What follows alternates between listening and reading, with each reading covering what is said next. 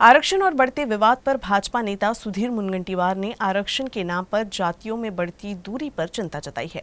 उन्होंने कहा, महाराष्ट्र में सद्भाव बनाए रखने के लिए इस मुद्दे पर विचार विमर्श कर जल्द सुलझाने की जरूरत है।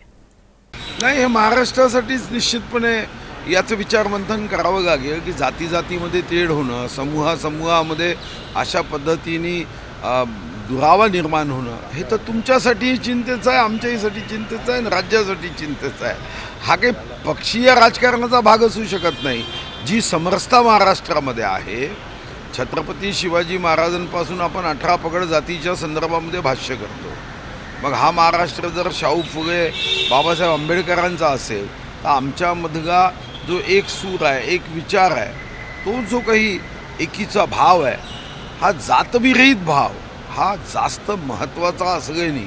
अशा पद्धतीने चिंता होणं आणि त्यावर उपाययोजना करणं हे गरजेचं आहे। इसके साथ ही उन्होंने लोकसभा चुनाव में महाराष्ट्र में भाजपा को हुए नुकसान पर भी अपनी प्रतिक्रिया दी।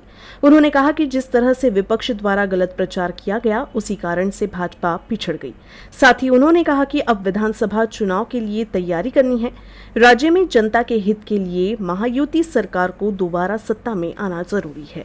विश्लेषण झाल्यानंतर त्या विश्लेषणातून ज्या उणिवा आहेत, जो खोटा प्रचार झाला किंवा ज्या पद्धतीने या निवडणुकीमध्ये सीटांचं अंतर आपलं थोडं महाविकास आघाडीपेक्षा जास्त राहिलं की सीटा कमी आल्यात आपल्या, या संदर्भात चर्चा झाली आणि आता या पुढच्या विधानसभेच्या निवडणुकीच्या पूर्वतयारीच्या निमित्ताने काही चर्चा आणि विधान परिषद राज्यसभेच्या निवडणुकीच्या बाबतीत चर्चा, एवढ्या विषयांवर ही बैठक मर्यादित होती।